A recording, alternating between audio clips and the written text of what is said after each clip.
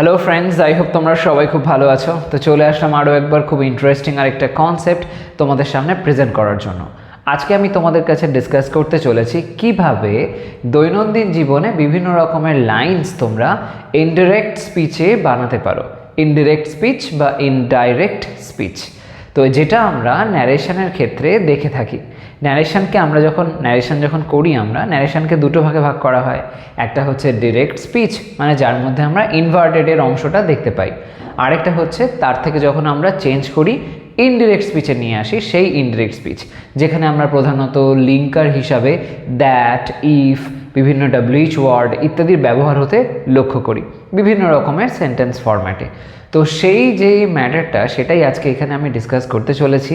এখানে আমরা এমন কিছু লাইন্স দেখব যে লাইন্সগুলো ঠিক ওই ন্যারেশন চেঞ্জ করার পরে আর কি, যখন দেখা যায় ইনডিরেক্ট স্পিচে নিয়ে আসি ডিরেক্ট থেকে, তখন যে ধরনের লাইন হয় সেই ধরনের লাইন ব্যবহার করে কিভাবে আমরা অনেক দৈনন্দিন জীবনের সাধারণ কিছু লাইন্স আমরা কিন্তু ইজিলি বানাতে পারি। তো সেই বিষয়টাই আজকে এখানে আমি দেখাতে চলেছি। দেখো, বিষয়টা খুব এক্সাইটিং হতে চলেছে।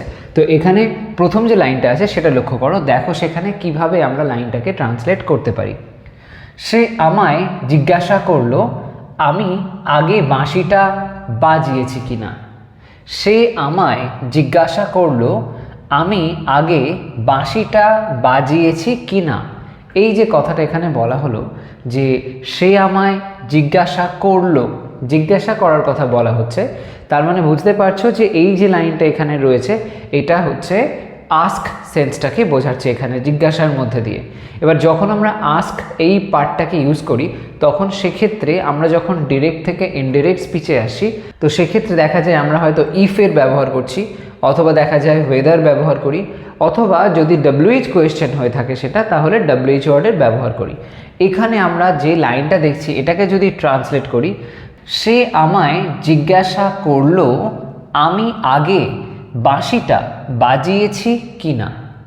সে আমায় জিজ্ঞাসা করলো আমি আগে বাঁশিটা বাজিয়েছি কিনা, এইভাবে বলা হয়েছে। তো এই যে লাইনটা এখানে দেখো প্রথম দিকে বলা হচ্ছে যে জিজ্ঞাসা করলো, জিজ্ঞাসা করলো। তো এই যে কথাটা যেখানে বলা হচ্ছে জিজ্ঞাসা করলো, জিজ্ঞাসা করা মানে কি আস্ক। এই আস্ক শব্দটা আমরা বলে থাকি যখন আমরা ন্যারেশন চেঞ্জ করি ডিরেক্ট থেকে ইনডিরেক্ট ফরম্যাটে যখন নিয়ে আসি, তখন আমরা জিজ্ঞাসা করা সেন্সে আস্কের ব্যবহার করে থাকি। এখানে আমরা সেরকমভাবেই লিখব। আর লাইনটা দেখো যেভাবে বলা হচ্ছে, এখানে বলা হচ্ছে জিজ্ঞাসা করলো, তার মানে সিম্পল পাস্টের ফরম্যাটে লাইনটা লেখা হয়েছে। এখানে অ্যাকচুয়ালি সিম্পল পাস্টই তোমরা দেখতে পাবে। তো যাই হোক, এখানে আমরা এই প্রথম লাইনে সিম্পল পাস্ট টেন্সে আস্ক শব্দটার ব্যবহার করে লিখব লাইনটাকে। লেখা যাক। প্রথমে আমরা এই ফার্স্টের পার্টটাকে আগে করব, যেখানে বলা হচ্ছে সে আমায় জিজ্ঞাসা করলো, এই অংশটা আগে লিখব। তারপরে আমি আগে বাঁশিটা বাজিয়েছি কিনা, এই অংশটা আমরা তারপরে করব চেঞ্জটা, ইংলিশে ট্রান্সলেশনটা। তো এখানে প্রথমে লেখা যাক সে আমায় জিজ্ঞাসা করলো। তো সেই সেন্সে হি লিখলাম। সে আমায় জিজ্ঞাসা করলো, সে হি লেখার পরে জিজ্ঞাসা করলো এটা কাজ, এটা লিখতে হবে। তো জিজ্ঞাসা করা সেন্সে আস্ক, তার সাথে জুড়ে দাও ইডি। হি আস্কড, আমায় তো মি, হি আস্কড মি, সে আমায় জিজ্ঞাসা করলো, হলো। এবার এই অংশটা হয়ে যাওয়ার পরে পরের অংশটা আসবো। সেখানে কি বলা হচ্ছে আমি আগে বাঁশিটা বাজিয়েছি কিনা। অ্যাকচুয়ালি আমি আগে বাঁশিটা বাজিয়েছি কিনা মানে এটা অনেক পূর্বের কথা বলা হচ্ছে, মানে সে যখন আমায় জিজ্ঞাসা করছে সেটা অলরেডি পাস্ট, তাই তো। এই লাইনটা, এই ধরনের লাইনগুলোকে ভালোভাবে বুঝবে যেভাবে আমি বলছি, খেয়াল করো। যখন আমরা দেখি যে কোনো একটা কথা এরকম বলা হয় যেখানে বলা হচ্ছে সে আমায় জিজ্ঞাসা করলো, এটা সিম্পল পাস্ট বলা হচ্ছে, তখন যেটা জিজ্ঞাসা করছে সেটা বিষয়টা কি না আমি আগে বাঁশিটা বাজিয়েছি কিনা। তার মানে ওই মুহূর্তে যে কথাটা বলা হলো তারও আগে, অর্থাৎ এখানে যে এই আস্কড বলা হয়েছে এই যে টেন্সটা, এই টেন্সেরও পূর্বে বাঁশিটা আমি বাজিয়েছি কিনা সেইটা বলা হয়েছে। তার মানে আরও অতীতেরও বেশি অতীত যখন হয়, এরকম ধরনের সিম্পল প্রেজেন্টেরও যখন বেশি পাস্ট হয়, সেরকম ক্ষেত্রে আমরা পাস্ট পারফেক্ট টেন্সের ব্যবহার করে থাকি। তো সেই অর্থে লাইনটা যদি আমরা এরমভাবে বাংলাতে বলি তাহলে যথাপযুক্ত হতে পারে যে আমি আগে বাঁশিটা বাজিয়েছিলাম কি না, এরমভাবে। কিন্তু বাংলায় যখন আমরা কথা বলি অনেক ক্ষেত্রেই সেরকমভাবে এক্স্যাক্টলি অ্যাডজাস্ট করে আমরা বাংলাতে শব্দগুলো বলি না, তো সেই জন্য তৈরি হয়ে যায় কনফিউশন। তো এখানে আমাদের বুঝে নিতে হবে এখানে বাজিয়েছি মানে বাজিয়েছিলাম সেই বিষয়টাকে কিন্তু বলা হচ্ছে। তো এখানে আমরা এই যে বাঁশিটা বাজিয়েছি এই সেন্সটাকে বোঝানোর জন্য আমরা পাস্ট পারফেক্ট টেন্সের ব্যবহার করব, মানে হ্যাড বসবে এবং ভার্বের থার্ড ফর্ম ব্যবহার হবে। তো লেখা যাক, যখন দেখবে এই ধরনের কোনো লাইন হয় তখন সেক্ষেত্রে কোনো WH এর সেন্স আমরা এখান থেকে দেখতে পাচ্ছি না। তো এই অর্থে এখানে আমরা ইফ ব্যবহার করব, ইফ। তো হি আস্কড মি ইফ, এখানে এই যে কিনা অর্থটা রয়েছে এর জন্য এখানে আমরা ইফের ব্যবহার করব। ওকে, WH ওয়ার্ড এখানে হবে না, ইফ এখানে লিখতে হবে। হলো, তারপরে কি করব, আমি আগে বাঁশিটা বাজিয়েছিলাম এই কথাটা লিখতে হবে। তো আমি আই লেখার পরে আগে বাঁশিটা বাজিয়েছি বা এই বাজিয়েছি সেন্সটা মানে বাজিয়েছিলাম এই অর্থটা ভেবে নিতে হবে। তো সেই অর্থে আই হ্যাড, বাঁশি বাজানো মানে প্লে করা, ওকে, প্লে। তো প্লেটার থার্ড ফর্ম লিখতে হবে, আই হ্যাড প্লেড। বাঁশিটা নির্দিষ্ট করে কোনো একটা বাঁশির কথা বলা হচ্ছে, তো দ্য ব্যবহার করতে হবে। দ্য ফ্লুট মানে বাঁশি, দ্য ফ্লুট আগে মানে হচ্ছে বিফোর, দ্য ফ্লুট বিফোর। হলো, এইভাবে লাইনটা আমরা কমপ্লিট করলাম। তাহলে এখানে দেখতে পেলাম ইনডিরেক্ট স্পিচের ব্যবহার করে আমরা এই লাইনটাকে কিন্তু লিখতে পারলাম।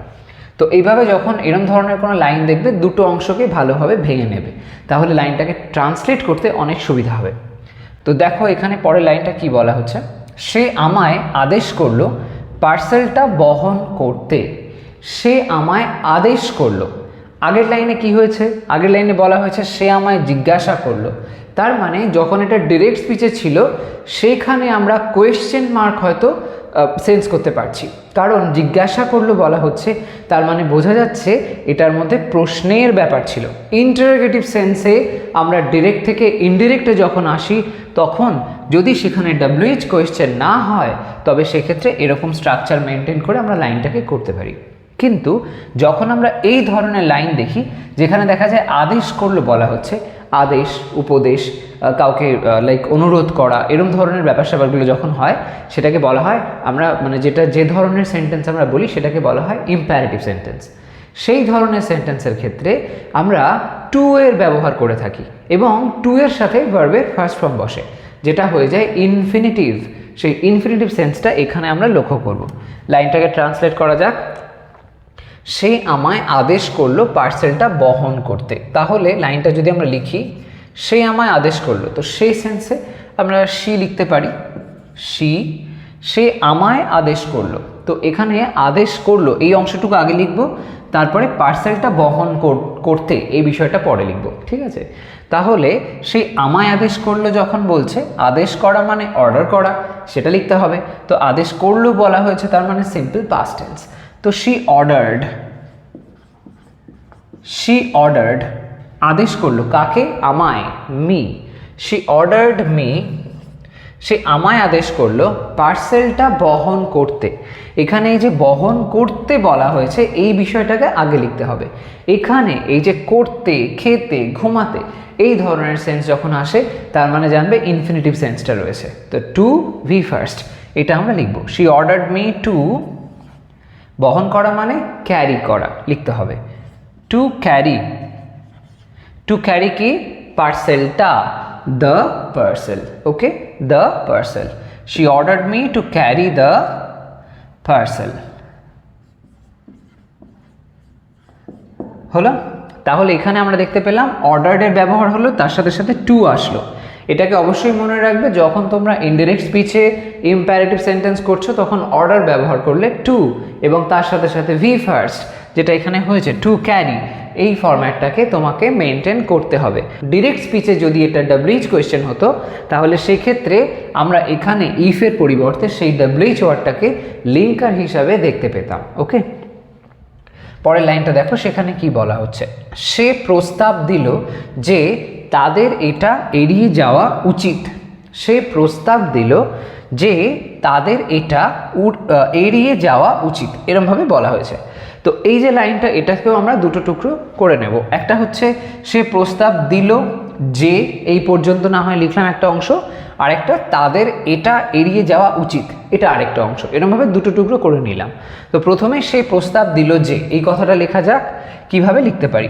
সে প্রস্তাব দিল যে, তো সে সেন্সে এখানে হি ব্যবহার করি। চলো, সে প্রস্তাব দিল যে, কাউকে যখন কোনো প্রস্তাব দেওয়া হয় সেই সেন্সে আমরা একটা ভার্ব খুব কমনলি ইউজ করে থাকি, সেটা কোনটা?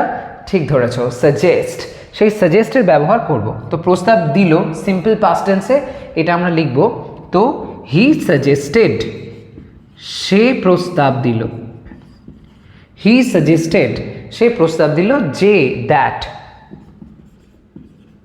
হি সাজেস্টেড দ্যাট, কি প্রস্তাব দিল? তাদের এটা এড়িয়ে যাওয়া উচিত, তাদের এটা এড়িয়ে যাওয়া উচিত, তাদের সেন্সে দে। তারপরে কি করব? তাদের এটা এড়িয়ে যাওয়া উচিত, উচিত কথাটা আগে লিখতে হবে যেহেতু ভার্ব ব্যাপারটা আসছে। তো উচিত সেন্সে আমরা জানি শুড ব্যবহার করতে পারি। লেখা যাক, দে শুড, উচিতের এবার ব্যাকে এসো, কি আছে? এড়িয়ে যাওয়া। দে শুড, এড়িয়ে যাওয়া মানে অ্যাভয়েড করা, দে শুড অ্যাভয়েড, তাদের এড়িয়ে যাওয়া উচিত কি?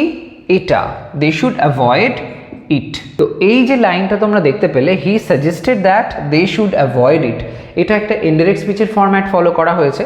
এবং ইনডিরেক্ট স্পিচে এটা তখন হয় যখন দেখা যায় ডিরেক্ট স্পিচে ইনভার্টেডের মধ্যে লেটস দিয়ে কোনো একটা লাইন কিছু এরকম বলা থাকছে।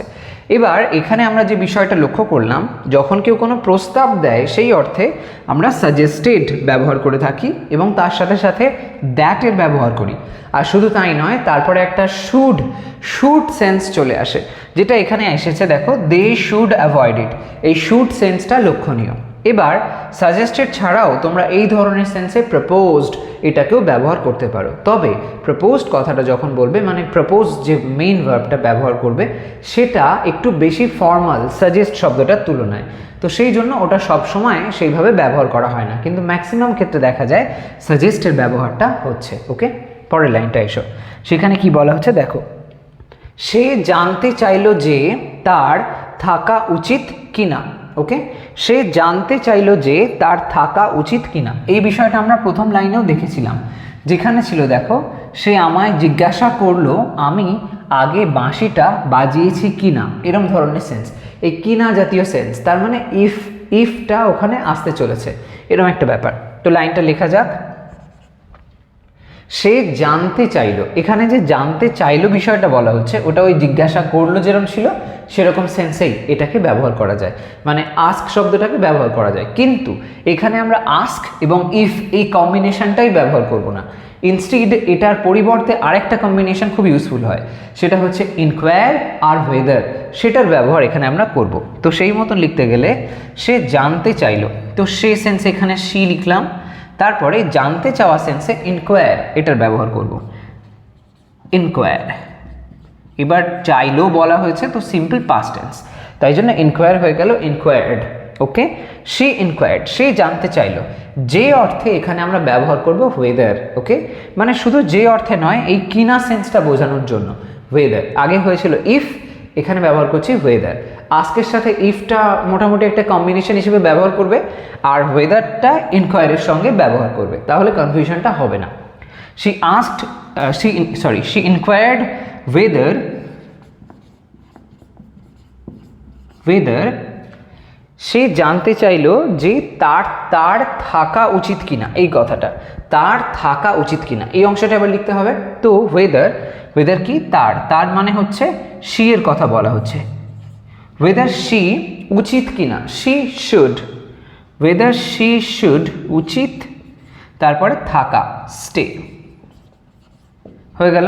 She inquired whether she should stay, সে জানতে চাইলো যে তার থাকা উচিত কিনা, এই টোটাল সেন্সটা এখান থেকে চলে আসলো। এখানে আমরা দেখলাম ইনকোয়ার্ডের ব্যবহার হতে এবং ওয়েদার ব্যবহার হলো। ওকে, আর আগে এই প্রথম লাইনটায় আস্কের ব্যবহার হয়েছে, সাথে ইফের ব্যবহার হয়েছে, এই দুটোর ব্যবহারই মানে আস্ক তার সাথে ইফ আর ইনকোয়ার তার সাথে ওয়েদার, এই দুটো যে কম্বিনেশন তোমাদেরকে বললাম, এই দুটো কম্বিনেশনই আমরা প্রধানত দেখতে পাই যখন ইন্টারোগেটিভ সেন্সটা থাকে ডিরেক্ট স্পিচের ক্ষেত্রে। সেক্ষেত্রে ডিরেক্ট থেকে ইনডিরেক্ট করলে সেক্ষেত্রে আমরা এরকম ধরনের লাইনের ট্রান্সফরমেশনটা দেখতে পাই। এখানে আমরা সেরকম সেন্সেই এই লাইনটাকে লিখলাম। তো পরের লাইনটা এসে দেখা যাক সেখানে আমরা কিভাবে লাইনটাকে ট্রান্সলেট করতে পারি আর ন্যারেশনের কোন বিষয়টা এখান থেকে লক্ষ্য করা যায়। আমার ভাই আমায় অনুরোধ করলো এটা আনতে। আমার ভাই আমায় অনুরোধ করলো এটা আনতে। এখানে আসছে অনুরোধ সেন্সটা। এর আগে এসেছিল দেখো আদেশ করলো, সেকেন্ড যে লাইনটা ছিল সে আমায় আদেশ করলো। আদেশ অর্থটা আদেশ, অনুরোধ করা, তারপরে উপদেশ দেওয়া ইত্যাদি রকমের সেন্সে আমরা ইম্পারেটিভের সেন্স অনুযায়ী লাইনটাকে কনস্ট্রাক্ট করে থাকি যখন ডিরেক্ট থেকে ইনডিরেক্টে আসি। তো এখানে অনুরোধ করার ব্যাপার আসছে, তার মানে এই লাইনটার ক্ষেত্রে আমরা যদি টু ব্যবহার করি তাতে অসুবিধা নেই। ঠিক যেরকমটা আগে এখানে আমরা অর্ডারের ক্ষেত্রে করেছিলাম এখানেও আমরা সেরকমভাবে করতে পারি। আর এই যে টু বিষয়টা এটা হবে কিনা চেনার একটা সহজ উপায় হলো সেখানে তোমরা একটা ইনফিনিটিভ অর্থে এরকম একটা তে বিভক্তি লক্ষ্য করবে। সবসময় থাকে তা বলছি না, কিন্তু ম্যাক্সিমাম লক্ষ্য করা যায়।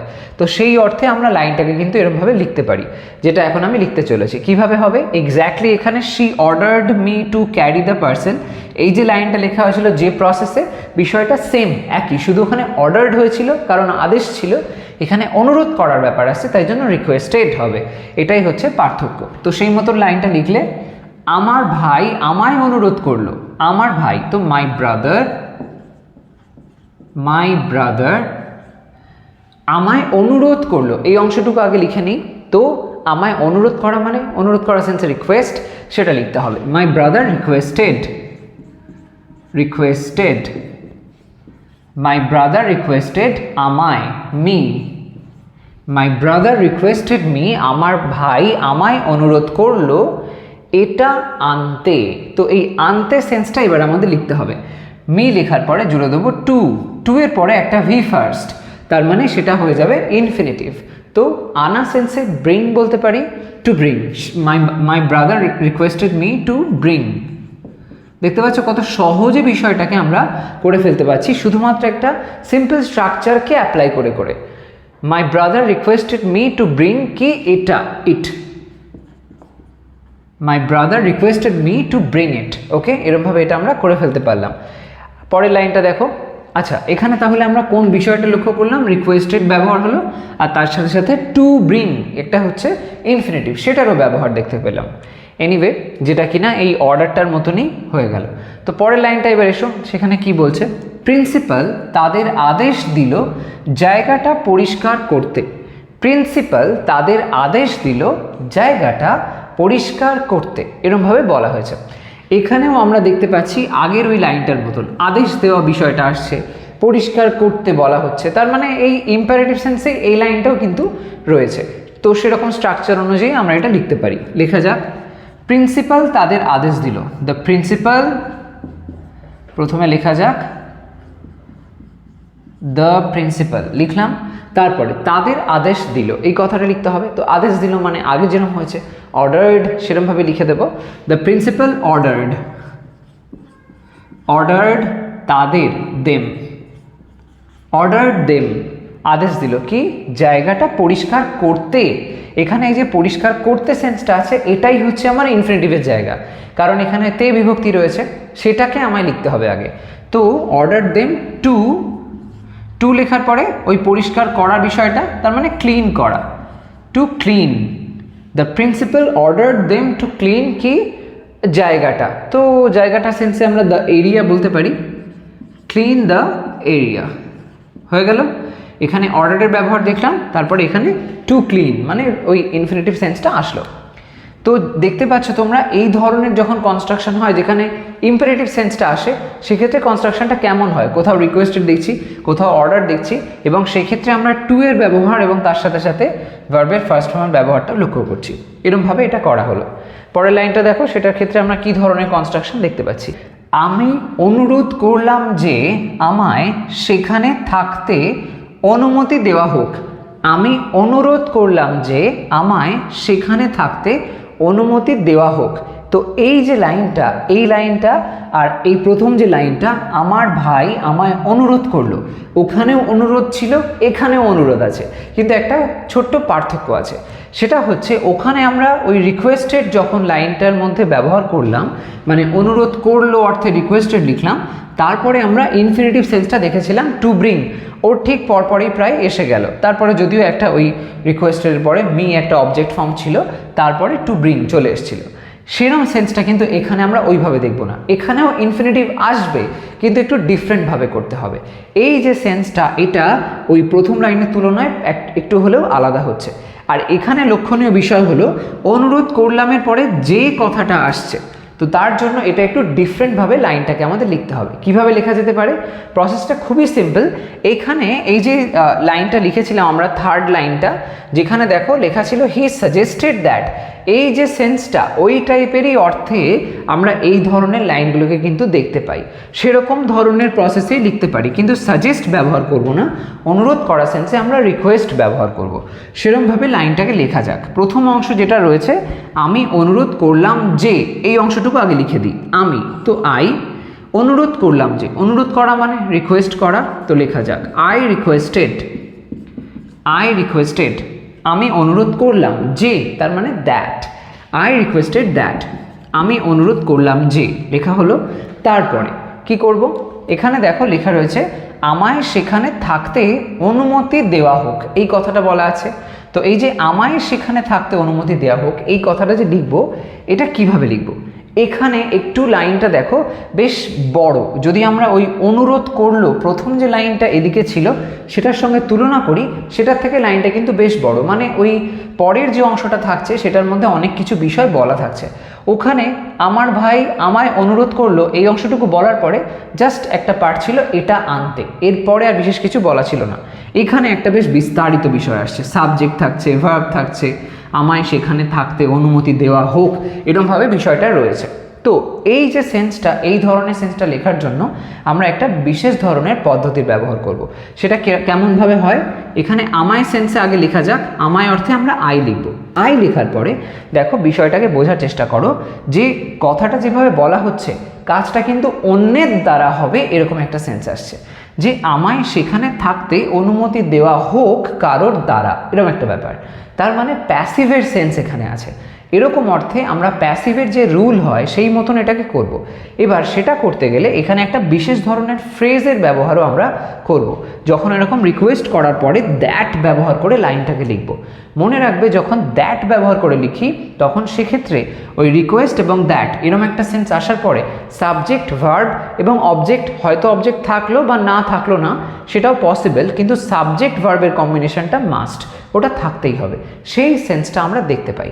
তো রিকোয়েস্ট এবং দ্যাট যখন ব্যবহার হচ্ছে তখন এই ধরনের অর্থ হয়, কিন্তু যখন ওই দ্যাট সেন্সটা থাকে না তখন সেক্ষেত্রে এরকম ডিরেক্ট ইনফিনিটিভের ব্যবহারটা আমরা লক্ষ্য করি। তো এবার আমরা এই ধরনের লাইনটা যখন করব সেক্ষেত্রে কি করতে হবে? আই রিকোয়েস্টেড দ্যাট লেখার পরে আবার আমায় অর্থে আই লিখলাম, তারপরে সেখানে থাকতে অনুমতি দেওয়া হোক, এই কথাটা লিখব। সেই অর্থে আমরা এখানে লিখব আই মাইট, এরপর একটা ফ্রেজ আছে, এই ফ্রেজটা এখানে লিখব, সেটা হচ্ছে মাইট বি অ্যালাউড টু, এই টোটাল ফ্রেজটা মাইট বি অ্যালাউড টু মানে অ্যালাউ করা হোক, অনুমতি দেওয়া হোক, এরকম একটা ব্যাপার। মাইট বি অ্যালাউড যেই করলাম মানে অন্যের দ্বারা অ্যালাউ করা হোক, প্যাসিভের সেন্সটা চলে আসলো। আর এখানে মাইট কেন হলো? কারণ এখানে আছে রিকোয়েস্টেড, যেহেতু টেন্সটা পাস্টে আছে তাই জন্য মে ওটার পাস্ট হয়ে গেল, মাইট হয়ে গেল। ওকে, মে থেকে মাইট হয়ে গেল পাস্ট টেন্সটা বোঝানোর জন্য। তো I might be allowed two লেখার পরে এই যে টু চলে আসলো, এরপরে আসবে আমার ইনফিনিটিভের সেন্সটা। সেটা কোনটা? এখানে লক্ষ্য করো, দেখো লেখা আছে থাকতে, এই যে তে বিভক্তি, এই সেন্সটাই হচ্ছে আমার ইনফিনিটিভ। তো সেই অর্থে টু লেখার পরে থাকা সেন্সে স্টে সেটা লিখবো, মাইট বি অ্যালাউড টু স্টে, এই হয়ে গেল ইনফিনিটিভ। তারপরে কি বলা হচ্ছে? সেখানে, তো সেই অর্থে there, I might be allowed to stay there, এরকমভাবে লাইনটা আমরা করে ফেললাম। তাহলে এখানে রিকোয়েস্টেডের যে ফরম্যাটটা ছিল আর এই রিকোয়েস্টেডের ফরম্যাটটা কিন্তু একটু আলাদা হলো। তো এক্ষেত্রে রিকোয়েস্টেড দেখলাম, তারপরে দ্যাট বসলো, তারপরে একটা ফ্রেজ ব্যবহার হতে দেখতে পেলাম মাইট বি অ্যালাউড টু, এই টোটাল ফ্রেজটা আর এই টু এর পরে একটা ভি ফার্স্ট বসলো, যেটা ইনফিনিটিভ সেন্সটাকে বোঝালো। ওকে, এবার লাস্টের যে লাইনটা আছে সেটাকে লক্ষ্য করো, সেখানে কি বলা হচ্ছে, সে রাগে বিস্ময় প্রকাশ করে বলল যে সে ওটা ঘেন্না করে। তো এই যে কথাটা বলা হচ্ছে যে সে রাগে বিস্ময় প্রকাশ করে বলল যে সে ওটা ঘেন্না করে, এই সেন্সে আমরা লাইনটা কিভাবে লিখতে পারি? এখানে দেখো এই যে কথাটা বলা হচ্ছে বিস্ময় প্রকাশ করে বলল, এরকম ধরনের সেন্সে আমরা ছোট্ট একটা টার্ম আছে, একটা সিম্পল একটা ওয়ার্ড আছে, সেটা ব্যবহার করে থাকি, সেটা হলো এক্সক্লেইম। কোনো কিছু এক্সক্লেইম করা সেন্সে আমরা এই বিষয়টাকে কিন্তু বুঝিয়ে থাকি। তো সেই মতন আমরা যদি লাইনটাকে লিখি তাহলে এরমভাবে লেখা যেতে পারে সে। তো সেই অর্থে আমরা এখানে শি লিখলাম, সে রাগে বিস্ময় প্রকাশ করে বলল। তো সেই সেন্সে she exclaimed, simple past tense এখানেও আমরা করছি, শি এক্সক্লেইমড রাগে in anger, she exclaimed in anger, সে রাগে বিস্ময় প্রকাশ করে বলল যে that, she exclaimed in anger that কি, সে ওটা ঘেন্না করে, সে ওটা ঘেন্না করে। তো শি, এবার এই যে ঘেন্না করে বিষয়টা বলা হচ্ছে, এটা হতে পারে তার সবসময়ের জন্য সে করে, তো সেরকম সেন্সে আমরা এটা সিম্পল প্রেজেন্ট টেন্সে রাখতে পারি যে সবসময় সে ঘেন্না করে, ঘেন্না করলো এরম সেন্স নয়, মানে এটা হচ্ছে একটা অভ্যাসগত ব্যাপার, এরকম একটা সেন্সে ধরতে পারি। তো সেরকম যদি ধরে নিই তাহলে লাইনের মধ্যে আমরা সিম্পল প্রেজেন্ট টেন্স রাখবো এই ঘেন্না করা সেন্সে। তো she exclaimed in anger that she ঘেন্না করে, তো হেটস, শি যেহেতু থার্ড পারসন সিঙ্গুলার নাম্বার তাই জন্য হেট হয়ে গেল হেটস। তো শি হেটস ওটা, তো it hates it. Okay, she exclaimed in anger that she hates it, এরকমভাবে বলা হলো। তাহলে এখানে আমরা দেখতে পেলাম এই এক্সক্লেইমের ব্যবহারটা যখন কোনো কিছু বিস্ময় প্রকাশ করা বোঝায় সেরকম সেন্সে আমরা এটা বলে থাকি, এবং তারপরে যে ইমোশনটা বলা হচ্ছে এখানে যেমন রাগের বিষয়টা আছে তাই জন্য ইন অ্যাঙ্গার এরকমভাবে বললাম। তো যদি এখানে ধরো লাইক আনন্দ হয় তাহলে ইন জয় এরকমভাবে বলা যেতে পারে। আচ্ছা, তারপরে আমরা দ্যাট লিঙ্কার ব্যবহার হতে দেখলাম, এবং তারপরে আমরা একটা যে অংশটা দেখছি সেখানে আমরা দেখতে পাচ্ছি প্রেজেন্ট টেন্সের ব্যবহার হচ্ছে, সিম্পল প্রেজেন্ট টেন্স। কারণটা কি? কারণ এখানে এমন একটা বিষয় বলা হয়েছে যেটা সে সবসময়ই ঘেন্না করে, তো এটা যেন তার কাছে একটা হ্যাবিচুয়াল ব্যাপার। তার মানে যখন জানবে এমন কোনো কথা বলা হয় যেখানে কোনো অভ্যাসগত বিষয় বলা হয়, কোনো ঐতিহাসিক সত্য বলা হয়, বা হতে পারে যে যেখানে হয়তো কোনো একটা ইউনিভার্সাল ফ্যাক্ট বলা হচ্ছে যেটা সবসময়ের জন্য চিরন্তন একটা ব্যাপার, তখন সেক্ষেত্রে টেন্স আমরা ওই সিম্পল প্রেজেন্ট টেন্সে কিন্তু লাইনটাকে লিখতে পারি। সেরকমভাবে টেন্সগত কোনো পরিবর্তন হয় না, অর্থাৎ বাইরের যে টেন্সের অংশটা এখানে যেমন এক্সক্লেইমড রয়েছে যেটা পাস্ট টেন্স বোঝাচ্ছে, সেই টেন্সের ইমপ্রেশনটা কিন্তু এই যে পরের অংশটা সেখানটায় আর পড়ে না। সেরকম সেন্সটাকে মনে রাখবে যখন ইউনিভার্সাল ট্রুথ বা হ্যাবিচুয়াল ফ্যাক্ট বা হিস্টোরিক্যাল ট্রুথ বা সায়েন্টিফিক ফ্যাক্টও হয়, এরকম ধরনের বিষয়গুলো থাকে, সেগুলো সব সময়ের জন্য কিন্তু এই ধরনের যে রুলটা সেই রুলটা এখানে কিন্তু অ্যাপ্লাই হয় না, মানে টেন্সের উপরে কোনো পরিবর্তন আসে না, যেমনটা হওয়ার দেয়া রয়েছে সেই মতনই লেখা হয়। তো সেই সেন্সটা এখানে আমরা দেখতে পেলাম, ঘেন্না করে সেন্সে সিম্পল প্রেজেন্ট টেন্সের ব্যবহার এখানে করা হয়েছে। যাই হোক, তো এরকম বিভিন্ন রকমভাবে তোমরা দেখতে পেলে যে আমরা এই ধরনের লাইন্সগুলোকে খুব সহজে ইনডিরেক্ট স্পিচে লাইনগুলোকে লিখতে পারি, তার জন্য এই নির্দিষ্ট কিছু ফরম্যাটকে মেনটেন করে লাইনগুলো লিখতে হয়। আর এখান থেকে তোমরা আরও একটা বিষয় লক্ষ্য করো যে ন্যারেশন চেঞ্জ শুধুমাত্র চেঞ্জ করাটাই নয়, যখন তোমরা ডিরেক্ট থেকে ইনডিরেক্টে ন্যারেশনটাকে চেঞ্জ করছো সেই ফরমেশনটা কত রকমভাবে লাইন্সগুলোকে লিখতে তোমাদেরকে হেল্প করতে পারে। তো সেই জন্য প্রত্যেকটা গ্রামাটিক্যাল রুলসকে শুধুমাত্র সেই পার্টিকুলার ম্যাটারের জন্যই নয়, সেটাকে তোমরা বিভিন্ন রকম আরও সিচুয়েশনে যে অ্যাপ্লাই করতে পারো সেটাকে বোঝার চেষ্টা করতে হবে। যত তোমরা সেই জিনিসগুলোকে বিভিন্ন রকমভাবে নিজের মতন করে বোঝার চেষ্টা করবে তত যেন ইংলিশের ভয়টা কেটে যাবে এবং বুঝতে পারবে যে টোটালটা একটা লজিক্যাল পয়েন্ট অফ ভিউ থেকেই বোঝানো হয়েছে। ওকে, আর আরেকটা বিষয় এখানে আমি এটা এক্সপ্লেন করে দিচ্ছি। এই যে কথাটা আমি বললাম যে সমস্ত কিছু একটা জিনিসের মধ্যে আরেক রকমের বিষয় থাকতে পারে, সেটা তোমরা এখানে লাইনগুলোর মধ্যে থেকেও বুঝতে পারবে। কিভাবে? দেখো, এই যে লাইনগুলো এতক্ষণ ধরে আমরা করলাম এর মধ্যে থেকে কিন্তু আমরা ইনফিনিটিভ বিষয়টাও দেখলাম, যেখানে টু এর সাথে সাথে ভার্বের ফার্স্ট ফর্ম বসে। আরও যদি একটু ভালোভাবে ভাবার চেষ্টা করি এর বাইরেও আরও অনেক কিছু বিষয় এখানে কিন্তু দেখা যাচ্ছে। যেমন ওই যে তোমরা কমপ্লেক্স সেন্টেন্সের কথাটা বলো, সেই কমপ্লেক্স সেন্টেন্সের ক্ষেত্রে আমরা যে ধরনের লিঙ্কারের ব্যবহার হতে দেখতে পাই সেটা হচ্ছে যেমন ধরো দ্যাট, তো এখানে দ্যাট দিয়ে লাইনটাকে লেখা হয়েছে, তো দ্যাট এখানে কমপ্লেক্স সেন্টেন্সের সেন্সটাকে কিন্তু আনছে। আবার একই রকমভাবে এই যে ইফ ব্যবহার হয়েছে, আস্কড মি ইফ, ইফ ও কমপ্লেক্স সেন্টেন্সের একটা লিঙ্কার, তার মানে কমপ্লেক্স সেন্টেন্স ওটা হয়ে গেছে। তারপরে এখানেও দেখো সাজেস্টেড দ্যাট আছে, তার মানে সেটা হয়ে যাচ্ছে কমপ্লেক্স সেন্টেন্সের পয়েন্ট। তো এরকমভাবে বিভিন্নভাবে আমরা কমপ্লেক্সের ফরম্যাট দেখতে পাচ্ছি। আবার যেখানে এরকম ডিরেক্টলি ইনফিনিটিভ পার্টটা চলে এসছে যে মাই brother requested me to bring ইট, এখানে কোনো রকমভাবে কোনো কনজাংশনের ব্যবহার করা হয়নি, তো ওটা হয়েছে সিম্পল সেন্টেন্সের ফরম্যাট।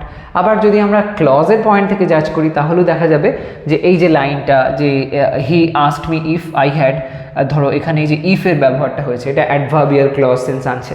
আবার অন্যদিকে যদি আমরা এই অর্ডার্ড মি, না এটা নয়, বাট এই যে আছে সাজেস্টেড দ্যাট, সাজেস্টেড করলো যে, কি সাজেস্ট করলো, এইটা সাজেস্ট করলো, তার মানে নাউন ক্লজের সেন্স আসছে।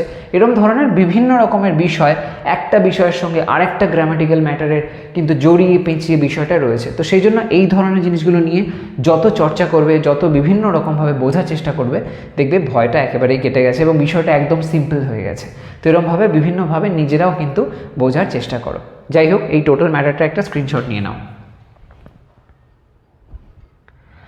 তো আজকের ভিডিও তবে এই পর্যন্তই। তোমাদের কেমন লাগলো ভিডিওটা আমাকে জানিও কমেন্ট সেকশানে। আর একটা লাইক করতে ভুলো না, শেয়ার করো সমস্ত ফ্রেন্ডসের মধ্যে। আর চ্যানেলটা এখনও সাবস্ক্রাইব না করে থাকলে ডেফিনেটলি করে নাও, কারণ এমন ধরনের ইনফরমেটিভ ভিডিওস তোমরা আমার চ্যানেল থেকে পেতেই থাকবে। তো আজ তবে আসি, নেক্সট দিনকে চলে আসবো আরও একটা ইন্টারেস্টিং টপিক নিয়ে ডিসকাস করার জন্য। বাই।